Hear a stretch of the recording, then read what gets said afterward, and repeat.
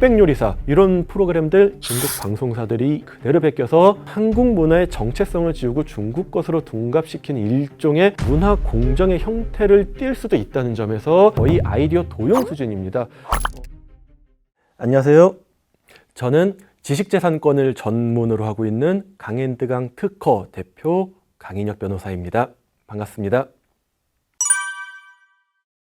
사실 한국이나 중국이나 저작권법 체계의 근본적인 부분은 그냥 동일하다고 보시면 됩니다. 왜냐하면 양 국가는 모두 베른 협약이나 트리스 협정 등 국제 조약을 기본적으로 따르고 있는 데다가 저작권법이라는 제도의 발생 자체가 비슷하다 보니까 그 법의 큰 틀은 비슷할 수밖에 없어요. 물론 뭐 세세한 부분에서 조금씩 차이가 있을 순 있지만 근본적인 부분은 아니라는 거죠. 이에 양 국가의 저작권 법만 비교해 놓고 보면은 오히려 중국이 한국보다 더욱 엄격하게 관리하는 경향이 있습니다. 예를 들어서 뭐 플랫폼의 책임을 강화하거나 행정 단속 권한이 강화되기도 하고 지식재산권 전문 법원의 설립으로 전문 재판부를 운영하기도 하고 있어요. 그래서 중국이 표절의 나라라는 부정적인 이미지를 가진 것이 그 나라의 제도, 저작권법의 차이 때문이다 라고 보기는 솔직히 좀 어렵습니다. 그럼 왜 중국이 표절의 나라라는 이미지를 갖게 됐을까요? 그 핵심은 그 법이 작동하는 환경 때문이었다고 보시는 것이 맞습니다. 대표적인 예가 바로 중국의 산자의 문화죠. 이건 중국에서 한동안 사회, 경제 전반에 아주 강하게 퍼져 있었던 현상인데요. 유명한 브랜드, 기술, 컨텐츠 같은 것들을 그냥 모방하거나 변형해서 만드는 것을 그냥 자연스럽게 여기는 풍조를 가리킬 때 사용하던 표현이에요. 쉽게 말하면 잘난 거 베껴서 만드는 것을 되게 당연하게 여기는 현상? 이런 이상한 현상이 중국에 있었던 건데 급속한 산업 성장기 동안 베껴서 빠르게 만들고 싸게 파는 것이 경쟁력이다 라고 받아들여졌기 때문이었어요. 그러다 보니 그냥 뭐든지 복제해서 시장에 뿌리는 문화가 일반적이었고 이게 국제적으로 반복 노출되면서 중국은 짝퉁의 나라 라는 이미지가 굳어진 영향이 있습니다. 여기서 하나 더 중요한 거는 집행력의 문제인데요. 뭐 다들 아시다시피 중국은 커도 너무 크죠. 그리고 인구도 너무 많죠. 그럼 뭐가 문제예요? 행정 단속이나 규제가 법의 속도를 따라가지 못하는 시기가 상당히 길었습니다. 근데 반대로 한국은 구조도 비교적으로 안정돼 있고 침해 신고부터 어떤 처분까지 이어지는 절차가 빠르게 작동을 합니다. 그래서 이런 세세한 차이가 쌓여서 결국에 법적 수준의 차이처럼 보였던 겁니다. 즉 중국의 부정적 이미지는 저작권법이 약해서가 아니라 법이 작동해야 될 문화적, 산업적 환경이 한동안 제대로 정비되지 못했던 데서 비롯된 것이라고 보면 좋겠습니다. 온라인에서 최근에 뉴스들만 봐도 재밌는 게 중국에선 넷플릭스가 서비스가 되지 않는데 중국 사람들은 오징어 게임을 볼 수 없는데 이미 중국에선 평가가 다 끝나 있었죠. 그러면서 중국은 저작권 침해국이야 라고 수많은 외국인들이 비난을 하고 있습니다. 이걸 단순히 이제 중국 사람들이 저작권 의식이 없다 라고만 보기보다는 중국 플랫폼의 구조적 특성과 유통 방식을 같이 보는 것이 왜 그런지 이해하기가 조금 더 쉽습니다. 일단 중국 온라인 생태계의 가장 큰 특징은 플랫폼의 숫자가 많아도 너무 많아요. 한국 같은 경우에는 네이버, 카카오, 유튜브 이런 대형 플랫폼들이 대부분의 생태계를 거의 장악하고 있는데 중국은 텐센트 계열, 알리바바 계열, 바이두 계열, 더우인 계열 그 밑에서 파생하는 엄청 많은 플랫폼들이 존재하죠. 그러다 보니까 기본적으로 어디 하나에서 삭제를 해도 다른 수백 개의 사이트나 앱 같은 데서 계속 복제가 진행되고 있는 구조가 이미 만들어져 있어요. 그리고 또 하나 중요한 건 뭐냐면 하향식 통제, 그러니까 탑다운이라고 하죠. 이런 통제가 중국이랑은 좀 잘 안 맞아요. 한국은 일단 저작권 침해 영상이 뜨면 플랫폼에 대한 통지, 삭제, 재업로드 차단 이 흐름이 비교적 빠르게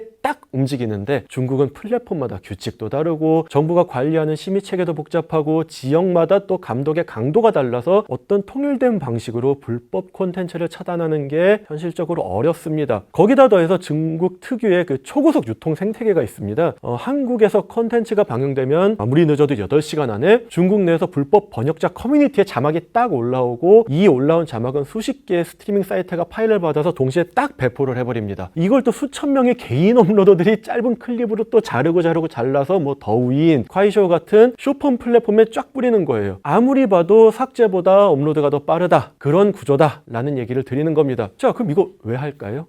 돈이 되기 때문이에요.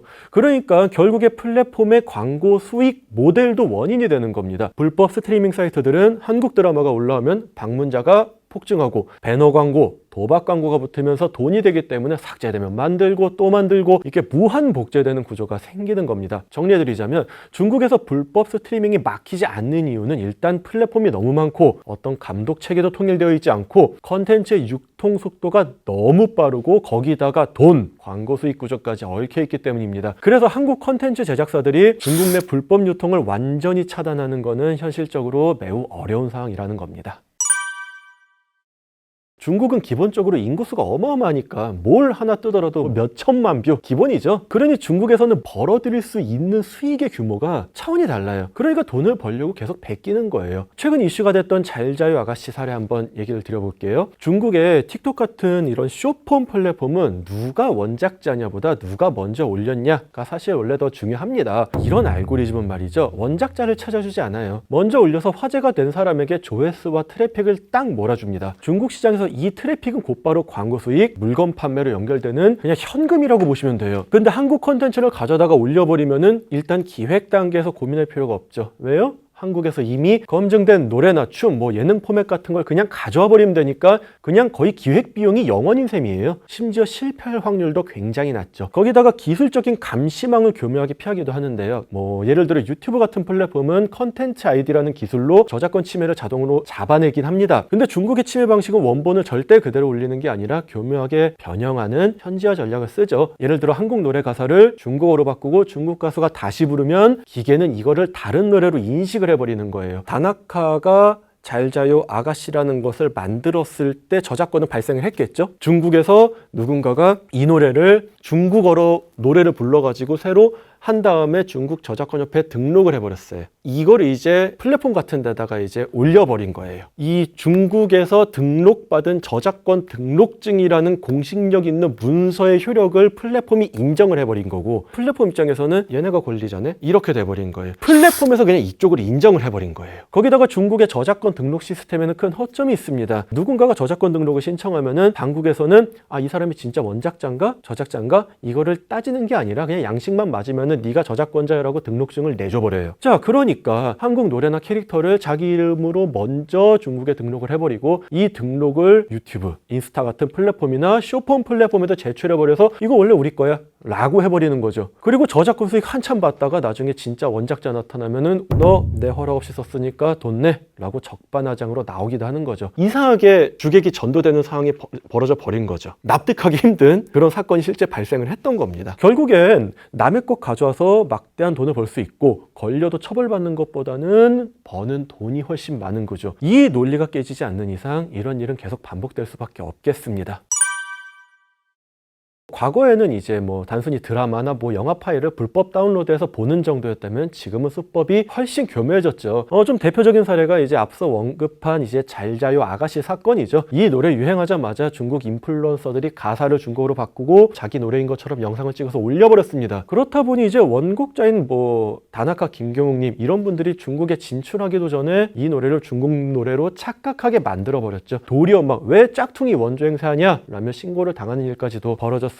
근데 이게 끝이 아니라 방송 예능 프로그램에서는 더 심각했는데요. 거의 아이디어 도용 수준입니다. 국내뿐만 아니라 해외에서도 프로그램의 포맷에 대한 저작권은 일반적으로 인정을 해주는 편이에요. 특히 국내에서는 SBS 짝 사건에서 법원이 방송 예능 프로그램의 구조에 대한 저작권을 인정한 사실도 있습니다. 그런데 국내에서 유명한 SBS의 미운우리 새끼, TVN의 윤식당, 엠넷의 프로듀스 101이나 심지어 최근에 넷플릭스에서 큰 히트를 쳤던 흑백요리사 이런 프로그램들 다들 아시죠? 중국 방송사들이 이 프로그램 포맷을 그대로 베껴서 방송 만들었었습니다. 스튜디오 세트 디자인, 자막 스타일, 출연진 구성 이런 것까지 거의 복사하듯 만들었는데 중국 측에서는 우리는 분위기만 참고했을 뿐 표절이 아니다 라고 우기고 있었죠. 이에 일부 프로그램들은 중국 내부에서 중국인들조차 야 이건 좀 너무한 거 아니야? 라는 반응이 나올 정도기도 했습니다. 근데 여기서 한국과 중국의 저작권에 대한 약간의 인식 차이가 발생을 하게 됩니다. 자, 한국은 말씀드렸듯이 방송 포맷의 저작권을 인정해주는 편이에요. 근데 중국은 그거를 아이디어로 봐서 아주 똑같은 정도가 아니라면은 보호를 잘 안 해주는 편이라는 거예요. 이건 양국의 저작권법에 대한 현실 반영의 차이에서 발생하는 문제인데 사실 우리나라도 경제 성장기에 저작권법이라는 건 있었지만 저작권 보호라는 개념 자체가 다 전무한 상황이었죠, 사실. 음악에 대한 불법 다운로드, 아니면 뭐 영화, 아니면 뭐 기타 여러 가지 뭐 어떤 컨텐츠를 베낀다든지, 뭐 구체적인 어떤 프로그램 이름을 말씀드리긴 좀 그렇습니다만, 우리나라에서 핫했던 어떤 예능 같은 것들이 일본의 컨텐츠나 그 플랫폼을 그대로 베껴온 것들도 많았다. 그런 과도기를 거쳐가지고 이제는 저작권 보호의 필요성을 느끼고 저작권 강국으로 이제 나아가고 있는 것 같은데, 중국이 딱 그런 경우라고 보시면 됩니다. 약간 몇 년 전에 우리나라, 최근 중국 역시 이런 무분별한 모방을 자제해야 하는 거 아니냐라는 분위기가 있는 것은 맞습니다. 여하튼 이처럼 지금 피해 사례들은 단순히 컨텐츠를 훔치는 것을 넘어서 약간 한국 문화의 정체성을 지우고 중국 것으로 둔갑시키는 일종의 문화 공정의 형태를 띌 수도 있다는 점에서 저작권자분들께서는 조금 더 적극적으로 대응하셔야 될 필요가 있다고 생각을 합니다.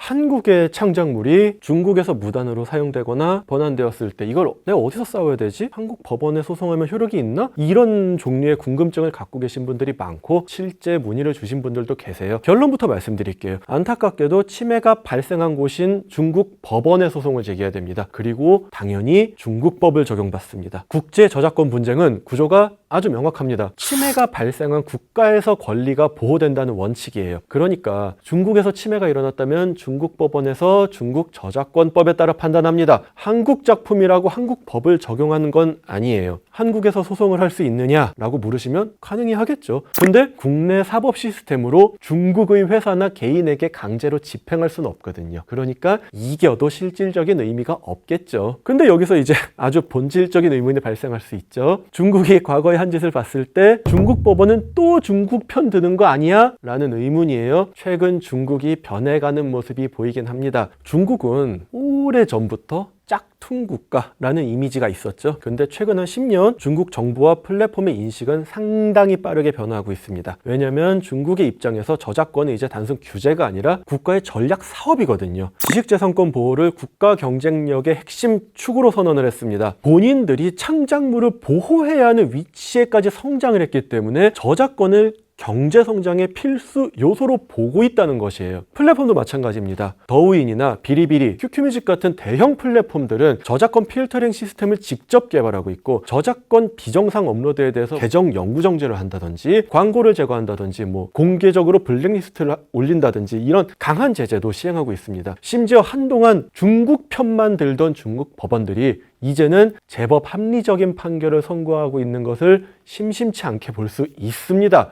그러니 속된 말로 이제는 중국에서 소송해볼 만하다. 예를 들어서 삼양 같은 경우에는 불닭볶음면 관련해서 분쟁이 있었고요. 중국에서 이제 불닭볶음면의 그 포장지 디자인을 너무 유사하게 베껴서 마치 중국 현지 식품인 것처럼 판매를 하는 일들이 아주 비일비재하게 일어났었어요. 그런데 이제 삼양에서 불닭볶음면이라는 것은 아주 중요한 핵심 상품이죠. 그래서 끝까지 이제 중국 업체들에 대해서 문제를 제기를 하고 분쟁을 진행한 결과 아직도 중국에서 아주 소수의 업체들이 생산하는 것까지는 전부 다 막지는 못했습니다만 그래도 크게 유통하는 회사들에 대해서는 다 판매 정지나 아니면은 그런 식으로 중국 법원을 통한 아니면 중국 행정 당국을 통한 조치를 취하는 데 성공을 했습니다. 짝퉁에 대한 태도가 과거와는 다르게 현재는 합리적인 범위에서 판단을 해준다라는 그 중국의 변화된 모습을 보여주는 한 일례라고 말씀을 드릴 수 있겠고요. 그래서 우리 창작자들이 마냥 기다리기보다는 적극적으로 신고하고 압박해야 하는 이유가 여기에 있습니다. 제가 사실 꼭 드리고 싶었던 얘기입니다. 저작권이란 것은 특허권이나 상표권 같은 지식재산권 하나는 맞는데 이것들과 근본적인 차이가 있어요. 특허권은 심사관의 엄격한 심사 끝에 등록 여부가 결정이 되는데 이 얘기는 뭐예요? 출원일자, 등록일자, 발명의 내용 같은 것들이 철저하게 관리가 된다는 얘기겠죠. 상표권이나 디자인권도 마찬가지예요. 근데 저작권은 그렇지가 않아요. 저작권법 제10조 제2항은 저작권은 저작물을 창작한 때부터 발생하며 어떠한 절차나 형식의 이행을 필요로 하지 아니한다 라고 정하고 있어요. 그러니까 저작권은 창작하는 순간 발생해요. 대한민국뿐만 아니라 해외 어느 나라도 다 마찬가지예요. 창작하면 저작권이 생긴다는 건데 여긴 함정이 하나가 있죠. 대체 이게 언제 창작한 것이냐? 이걸 입증하기가 쉽지 않다는 거예요. 그러니까 누군가랑 분쟁이 생겼을 때 내가 먼저 창작했어를 입증하고 싶은데 상대방하고 분쟁해서 제가 질 수도 있다는 거예요. 근데 저작권법 제50 13조에서는 저작권의 등록을 정하고 있고 실제 저작권위원회에서는 저작물의 등록을 도와주고 있어요. 이게 무슨 의미가 있느냐? 적어도 어떤 저작물을 저작권위원회에 등록을 한 그 날짜에 그 등록인이 그 저작물을 갖고 있었다는 내용을 공적으로 입증해 준다는 거예요. 그럼 만약에 같은 저작물을 가지고 두 명이 싸우는데 적어도 저작물을 등록해 놓은 사람은 내가 이 날짜에 이 저작물을 갖고 있었다라는 걸 입증할 수 있으니까 이것조차 없는 사람보다 훨씬 유리한 고지에서 분쟁을 이끌어갈 수 있겠죠. 그래서 이 제도가 반드시 필요한데 이 제도를 모르시는 분들이 너무 많아요. 그래서 꼭 아셨으면 좋겠습니다. 그런데 이 제도는 국내에 있는 것뿐만 아니라 외국에도 있어요. 그러니 중요한 건 뭐예요? 무조건 먼저 등록하세요. 내 컨텐츠가 조금이라도 반응이 온다 싶으면 한국뿐만 아니라 뭐 중국에 이렇게 저작권을 등록을 하셔야 돼요. 비용이 좀 들더라도 이게 가장 확실한 보험입니다. 중국 법원이나 플랫폼은 한국 저작권 등록증보다 중국 정부가 찍어둔 도장을 훨씬 신뢰합니다. 브로커한테 뺏기고 나서 되찾으려면 소송 비용이 수십 수백 배는 더 들어가요. 저작권 등록은 필수는 아닙니다. 그런데 해외 플랫폼과의 분쟁에서는 등록이 아주 강력한 무기가 됩니다. 그리고 증거는 치밀하게 남기시라는 거예요. 내 창작물을 중국 사이트에서 발견하면 화부터 내지 마시고 체증부터 하셔야 됩니다. 게시물 주소, 뭐 올린 사람의 아이디나 뭐 조회수나 뭐 날짜, 시간 이런 것들이 나오게 화면을 캡처하거나 동영상으로 녹화를 해두시는 겁니다. 그리고 또 말씀드릴 세 번째는 포기하지 말고 끝까지 괴롭히세요. 많은 분들이 아직도 이 생각하세요. 중국에서 했는데 뭐 어차피 안 되겠지. 포기하시는 분들 많으세요. 그런데 침해자들은 그 점 노리고 있습니다. 플랫폼 신고 버튼을 계속 누르고 저작권위원회에 도움을 받아서 경고장을 보내세요. 아까 말씀드렸던 잘자요 아가씨 사건 이후처럼 한국저작권협회, 음악저작권협회 등이 필요하면 우리가 대응하겠다는 의사를 밝힌 이유가 바로 여기에 있어요. 국내 단체들은 해외 기관과 MOU를 맺고 있어서 직접 연락하기 어려운 중국 기관과의 소통을 돕습니다.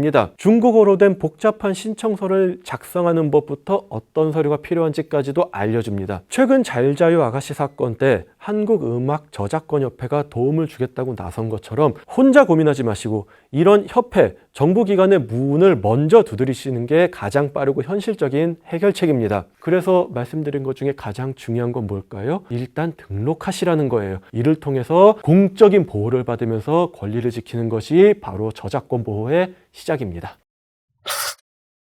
결론부터 말씀드릴게요. 현재 우리나라 법에서는 저작물로 인정하지 않습니다. 누가 갖다 써도 법적으로 막을 방법이 없는 거죠. 충격적이게도 현행 저작권법만으로는 스타일 자체를 보호하기가 굉장히 어렵습니다. 이런 질문 해볼 수 있어요. 유명 작가 스타일 마구 베껴서 돈 벌어도 되나요? 최근에는 저작권법 대신 부정경쟁방지법이라는 다른 법이 대안으로 떠오르고 있습니다. AI는 결과물은 복제할 수 있어도 여러분이 그 작품을 만들면서 겪은 고뇌나 흔들과 나는 소통, 그 작품에 담긴 여러분만의 서사는 절대 복제할 수 없다고 생각을 합니다. 진정성을 파는 것이 창작자가 살아남는 가장 확실한 방법 중 하나가 아닐까라고 생각을 하고 있습니다. 네. 이제 유튜브나 뭐 인스타그램 이런 것들을 보면 진짜 놀랄 때 많죠. 영상에 음악까지 만들어내는데 그 퀄리티가 사람 못지 않아요. 이젠 뭐 사람이 만든 건지 AI가 만든 거지 구분도 잘 안 되는 상황입니다. 그럼 이렇게 AI 컨텐츠가 폭발적으로 늘어나니까 궁금해하시는 분들이 많죠. 이거 법적으로 누구 걸로 인정받을 수 있나요? 이런 질문들이 있는데 결론부터 말씀드릴게요. 현재 우리나라 법에서는 저작물로 인정하지 않습니다. 이유는 아주 간단해요. 저작권법은 제2조 제1호에서 저작물은 인간의 사상 또는 감정을 표현한 창작물을 말한다 라고 정하고 있어요. 제가 지금 뭐라 그랬어요? 인간의 창작물이어야 한다. AI라는 기계나 프로그램이 뭐 아무리 멋있는 그림을 그려내도 사람의 정신적인 노력이 직접적으로 들어가지 않았다면 그건 그냥 기계가 계산해서 뱉어낸 데이터일 뿐 작품이라고 보지 않는 거예요. 이 컨텐츠는 AI 작곡 프로그램이 스노를 써서 노래를 만들었습니다. 그런데 이 노래의 멜로디와 반주는 AI가 만들었기 때문에 저작권 인정 안 됩니다. 처음부터 저작권이 발생을 안 했는데 어떻게 저작권 침해가 성립을 하겠어요? 누가 갖다 써도 법적으로 막을 방법이 없는 거죠. 그런데 그 노래의 가사, 이거는 사람이 직접 썼거든요. 그래서 가사 부분만큼은 인간의 창작물로 인정받아서 저작권 보호를 받습니다. 작곡과 작사가 따로 구분해서 권리 인정받는 거하고 거하고 비슷한 얘기예요. 멜로디는 주인이 없고 가사는 주인이 있는 겁니다. 자, 그런데 미국에서도 이런 비슷한 판단이 있었습니다. 이른바 새벽의 자리아라는 사건인데 어떤 미국의 작가가 AI를 이용해서 만화책을 만들었어요.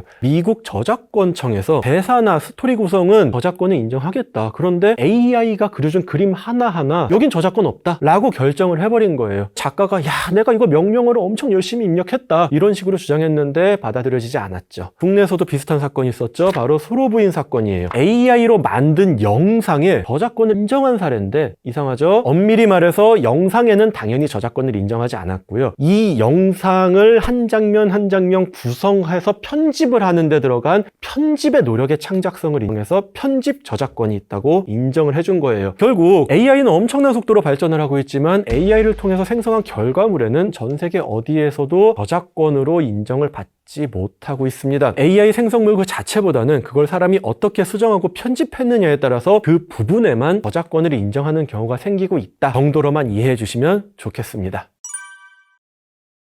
AI한테 이 사진을 지브리 애니메이션 스타일로 그려줘 하면 진짜 비슷하게 그림 그려주죠. 근데 이걸 보는 막 원작자나 팬들은 야, 이거 표절 아니냐? 라고 하면서 막 분노하기도 해요. 충격적이게도 현행 저작권법만으로는 스타일 자체를 보호하기가 굉장히 어렵습니다. 저작권법 논리 중 하나인 아이디어와 표현의 이분법이라는 논리 때문이에요. 저작권법은 저작물은 인간의 사상 또는 감정을 표현한 창작물을 말한다 고 정하고 있어요. 제가 지금 뭐라고 했죠? 표현이라고 했죠. 그러니까 겉으로 드러난 구체적인 표현만 보호한다는 거고 그 이면의 아이디어는 보호해주지 않는다는 거예요. 자, 이걸 이 사건에 비유해보면요, 지브리가 그린 그림, 이건 뭐 당연히 저작권이 인정이 되겠죠. 이 그림을 그리기 위한 아이디어, 그러니까 그 화풍, 이건 저작권 보호 대상이 아니라고 판단을 하기 때문에 저작권 침해가 아니라는 거예요. 화풍이나 스타일 같은 거는 누구나 공유하고 발전시켜야 할 어떤 자산 같은 것이라고 보기 때문이에요. 그런데 이 부분에 대해서는 국내외에서 상당히 목소리가 높아지고 있는 부분이 분명히 있습니다. 예를 들어서 어떤 작가가 수십 년에 걸쳐 노력을 해가지고 어떤 독특한 화풍을 완성했는데 이걸 그대로 베끼는 것이 과연 이 사람의 권리를 침해하지 않는다고 할 수 있나? 하지만 전 세계 대부분의 국가는 표현된 창작물만 보호하는 것을 명확하게 하고 있다 보니까 화풍 자체를 표현된 창작물로 보기는 어려운 것이 현실이고 이에 법이 개정되어야 하는 것 아니냐라는 목소리가 나오고 있는 현실입니다. 그럼 이런 질문 해볼 수 있어요. 유명 작가 스타일 마구 베껴서 돈 벌어도 되나요? 최근에는 저작권법 대신 부정경쟁방지법이라는 다른 법이 대안으로 떠오르고 있습니다. 부정경쟁방지법에서는 누군가의 성과물을 허락 없이 도용하면 안 된다는 내용이에요. 적어도 누군가가 타인의 그림체를 막 그대로 따라서 마치 그 사람인 것 마냥 소비자에게 오인 혼동을 발생시키면은 부정경쟁방지법으로 처벌받을 수 있습니다. 그러니 적어도 현재까지의 흐름은 스타일은 공유할 수 있어도 남의 명성에 기생해서 돈을 버는 건 안 된다라는 게 현재의 흐름이라고 하겠습니다.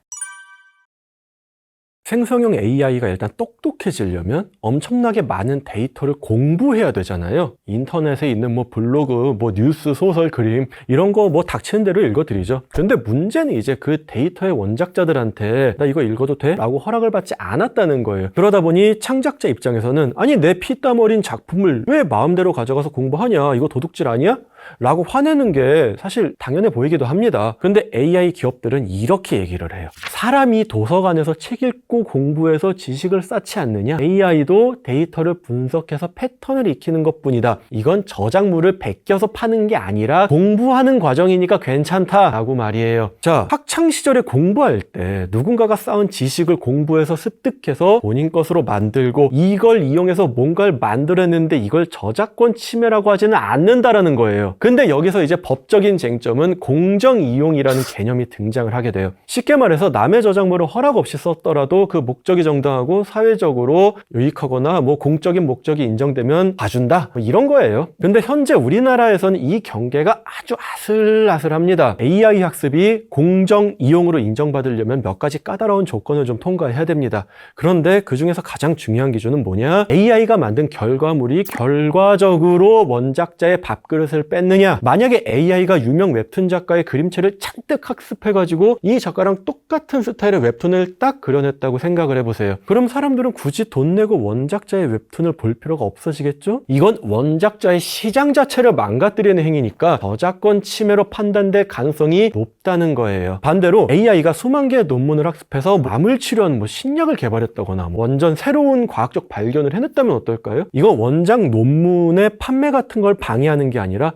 인류에게 도움이 되는 새로운 가치를 만든 거잖아요. 그럼 이런 건 공정이용이라고 인정받을 가능성이 크죠. 그런데 이 부분은 현재 단계에서는 딱 설명드리기 어려운 게 현재 전 세계적으로 수많은 국가에서 AI와 공정이용의 쟁점에 관한 소송이 지금 다 진행되고 있어요. 현재까지 전반적인 추세는 AI가 학습하는데 어떤 데이터를 사용한 것만으로는 저작권 침해로 보기 어려운데 이걸 통해 만든 결과물이 뭐냐에 따라서 저작권 침해가 될 수도 있다. 이러한 기준은 EU나 미국 이런 데서 조금씩 다 다르다 보니까 통일된 기준은 아직 없고 이러한 변화를 지켜보는 것도 상당히 중요할 것 같습니다.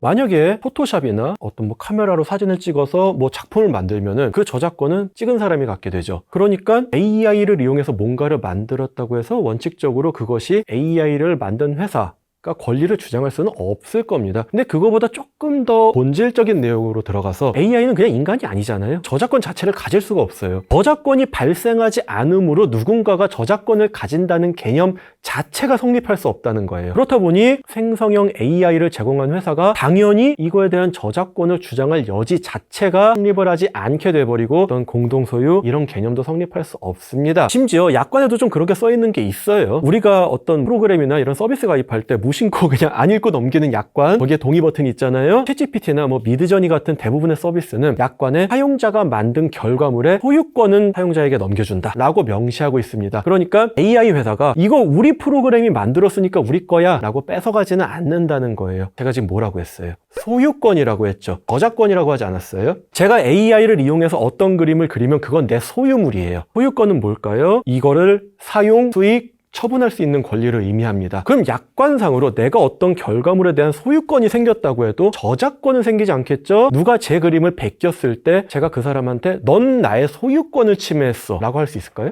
안 되겠죠. 왜냐면은 그 사람은 저의 사용, 수익, 처분권을 침해하지 않았잖아요. 그러니까 내가 소유권을 가질 수는 있어도 법적으로 보호받는 저작물이 아니면은 남들이 내 그림을 퍼가도 내가 할 수 있는 것이 현실적으로 거의 없다는 거예요.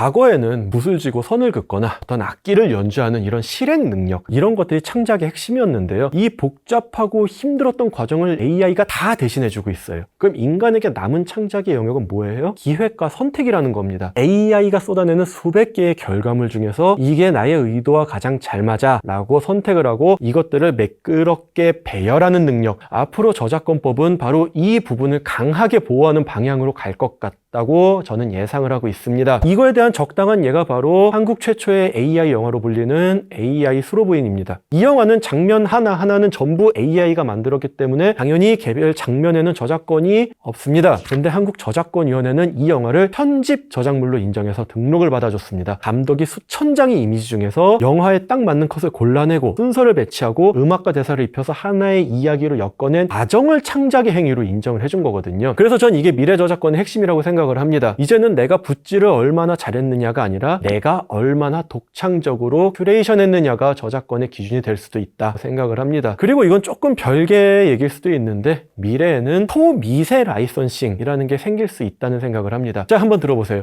지금은 AI가 내 그림을 공부했는지 안 했는지 알 길이 없잖아요. 앞으로는 블록체인 같은 기술을 써가지고 AI가 그림을 한 장 만들 때마다 이 그림은 A 작가의 화풍을 0.1%, B 작가의 색감을 0.2%를 참고했네. 이런 식의 분석을 해서 원작자들에게 아주 작은 금액이라도 실시간으로 저작권료를 정산해주는 시스템이 도입될 수도 있다. 전망이 나오고 있는데 그럴듯하다고 생각을 합니다. AI를 막는 게 불가능하다면 정당한 보상이라도 받게 하자. 이런 방향으로 법과 기술이 진화한다는 것입니다. AI와 저작권은 공존하는 방향으로 정비될 것이다 라는 것이 제 예상입니다. 우리는 이제 AI가 없던 시절로 이제 돌아갈 수 없거든요. 사실 이 문제는 법으로 보호하기는 쉽지는 않습니다. 적어도 현행법상으로 창작자의 작품을 지키기가 좀 어려워진 시대가 됐으니까요. 그래서 최근에 창작자들은 이제 법적인 보호 대신 기술적인 보호를 선택하신 분들도 계세요. 예를 들어서 이런 거예요. 최근에 뭐 글레이즈나 나이트쉐이드라는 프로그램이 개발됐는데요. 이게 뭐냐면 내가 그린 그림에 사람의 눈에는 안 보이는 미세한 노이즈를 입힌 겁니다. 이렇게 처리된 그림을 인터넷에 올리면은 AI가 이걸 학습할 때 오류를 일으킵니다. 예를 들어서 유화 그림을 보여줬는데 AI는 수상화 같은 걸로 잘못 인식을 하게 만들거나 아예 엉뚱한 스타일로 학습하게 일종의 그냥 망토 같은 그런 기술입니다. 그리고 이제 현실적인 방법으로는 증거를 남기는 건 너무 중요한데요. 저작권은 창작 시에 발생하니까 이게 언제 생긴 건지 그 날짜를 입증하는 것이 증거가 없으면 참 어렵죠. 그래서 나중에 혹시라도 저작권 분쟁이 생겼을 때 판사님 앞에서 이거 내가 만들었어요 라고 증명해야 하는데 결과물만 있으면 언제 만들었는지 창작 날짜 입증이 안 되잖아요. 내가 이 창작을 위해서 어떤 고민을 했는지 보여주는 뭐 스케치, AI에게 명령했던 프롬프트나 포토샵의 수정 전후 비교 파일 같은 이런 것들을 다 모아놨을 때 분쟁에서 대응할 수 있습니다. 첫 번째로는 기술적 대응 방법, 두 번째는 좀 현실적인 대응 방법을 드렸다면은 세 번째는 조금 인간적인 얘기 이런 걸 드리고 싶습니다. 제 제안은 뭐냐면 이제 창작자 자체를 브랜딩하는 거예요. 결국 가장 강력한 무기는 창작자 본인이라고 생각을 합니다. AI는 결과물은 복제할 수 있어도 여러분이 그 작품을 만들면서 겪은 고뇌나 팬들과 나눈 소통, 그 작품에 담긴 여러분만의 서사는 절대 복제할 수 없다고 생각을 합니다. 작업 과정을 어떤 영상으로 보여주거나 뭐 작품 뒤에 숨겨진 이야기를 들려주거나 팬들과 관계를 맺는 것, 이건 기계가 아니라 내가 좋아하는 거 작가가 만든 거야 라는 진정성을 파는 것이 창작자가 살아남는 가장 확실한 방법 중 하나가 아닐까라고 생각을 하고 있습니다.